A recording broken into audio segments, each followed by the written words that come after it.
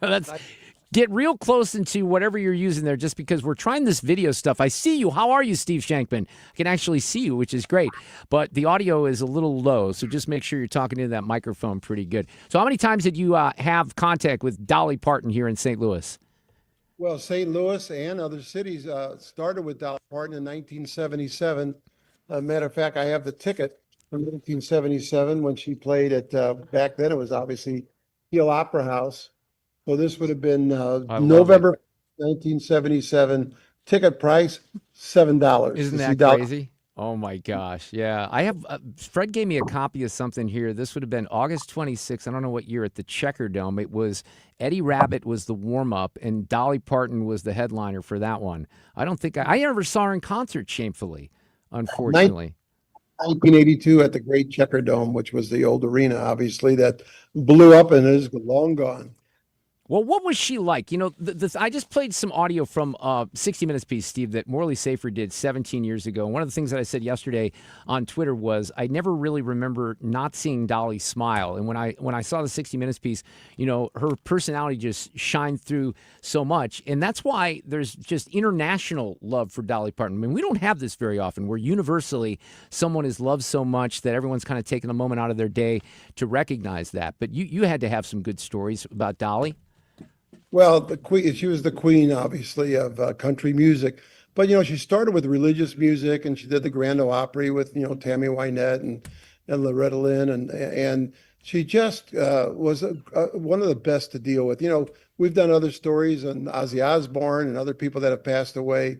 And I got lots of stories that you know of. But with Dolly Parton, every time you were with her, it was like magic. She was what she was. I mean, the makeup and the hair. She didn't care that people knew about anything. I mean, obviously, all the custom made clothes and this, that, and the other. But the most memorable date with her was actually, she played the VP twice.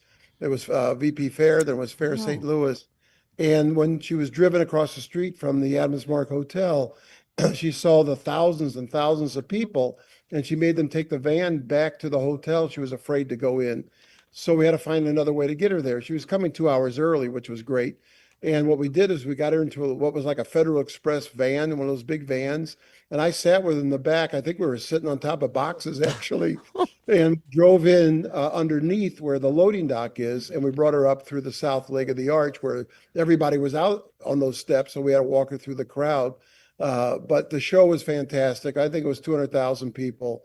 But the beginning of her show and the end of her show was almost the same. The energy that she had walking out on stage from the time she began in show business all the way up to the end just was wonderful to work with, wanted to meet everybody.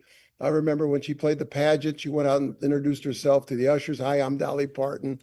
I mean, the ushers, the bartenders, the stagehands, unlike other artists that don't want to see or meet anybody, she would meet everybody. Everything about her was wonderful. Her charity. Think about the program that Oh, she I had. know. The I mean, literacy chair, yeah. in Missouri alone, every year these kids are, 3, 4, 5 years old. When you're born in a hospital, the first thing they should do is give you a book, and they don't do that. So 177,000 books every year just in the state of Missouri, 3 million books around the country. I mean, her charity, the money she gave away. I mean, how many people are business people that are in the entertainment business? Most of them aren't.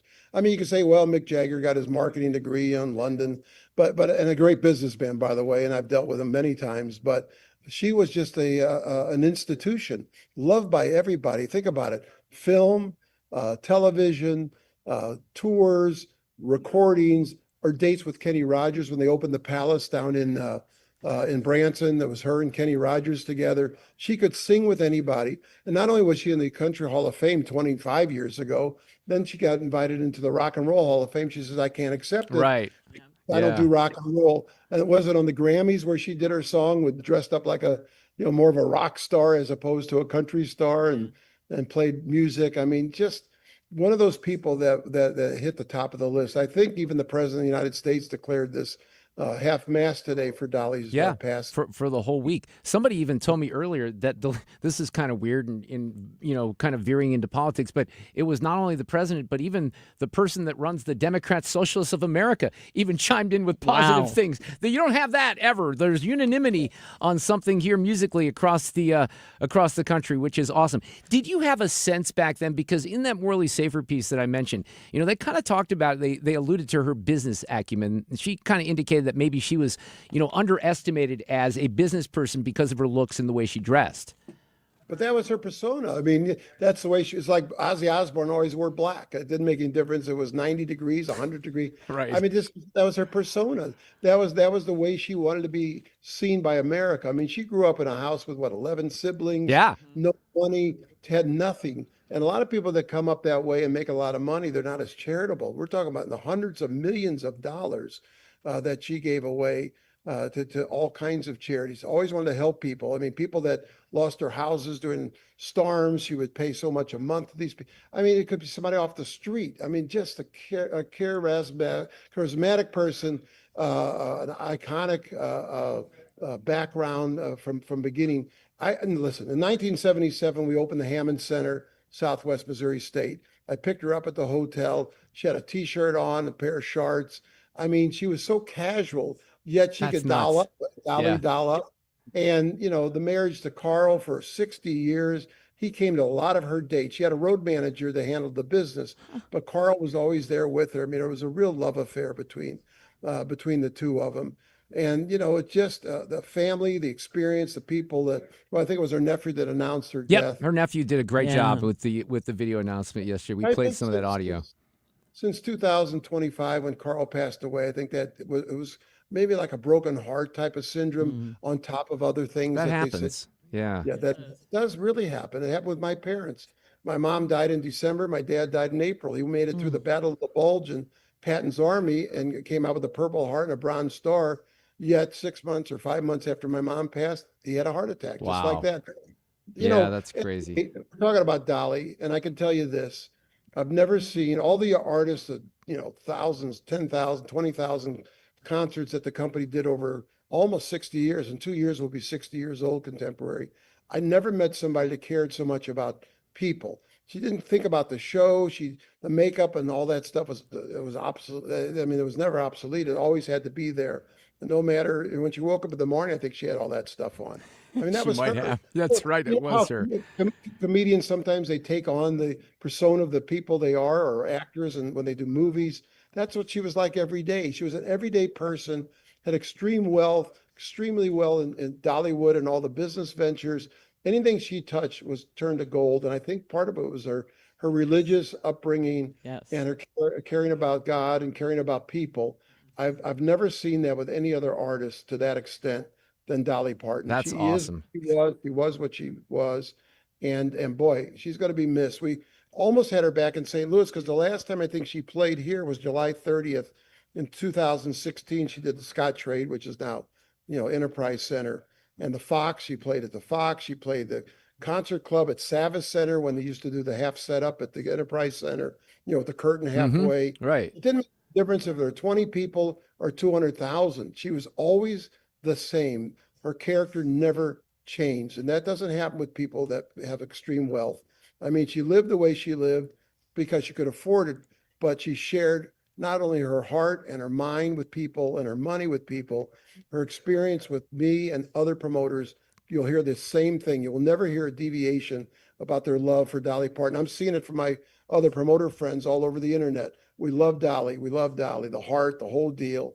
And this is not going to be somebody that's missed today. She's going to be missed for many more years after I'm long gone, and even you, Mark. Yeah. Well, this is awesome, Steve. I mean, just to hear you tell these stories and talk about Dolly. Thank you so much for coming on here this afternoon.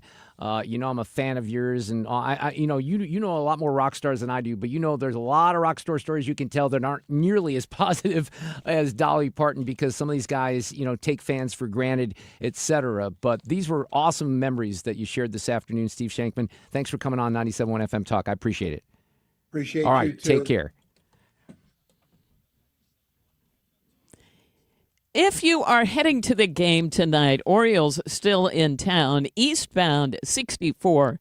And it's pretty well lined up, but it's in pockets. So imagine approaching 270 through Big Bend, and then it opens up. Now, there's even a little bit of moderate volume eastbound 70, headed into downtown. What looks great is 44, and 55 looks good as well. Now, westbound 70, a little moderate volume at 94, and out west, westbound 40, a little bit slow there, especially at Prospect. And if you are headed in from Illinois, we're okay on the bridges, but westbound 5570 is pretty slow at 111, and eastbound slows at 159. I'm Sue Thomas with Traffic 97.1 FM Talk, St. Louis Conservative.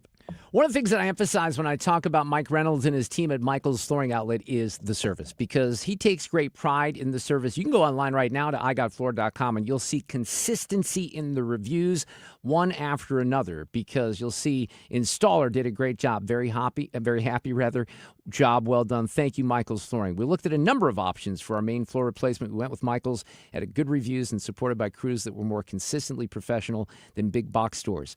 Our visit to Michael's finished exceptionally well. Now, look, I bring up box stores, nothing against box stores, but you're not going to get the knowledge, the experience. This team that Mike has put together, and he's been doing this in his own way, in his own business since he was 26 years old, they have gone through everything with flooring. Technology in flooring changes like technology and everything else, and they can guide you into the product, whether it's soft, silky soft mohawk carpeting or hard flooring, whether it's luxury vinyl, real hardwood, you name it, they have the products for you. And if you swing into one of the 3 locations that are open every day except for Sunday, St. Peter's, Darden Prairie, Creve Coeur, you can ask the experts, you can tell them what you're looking for, you can take samples home, you can start a flooring project. I had fun with mine at my house. You can make it fun, and you can do it on a budget.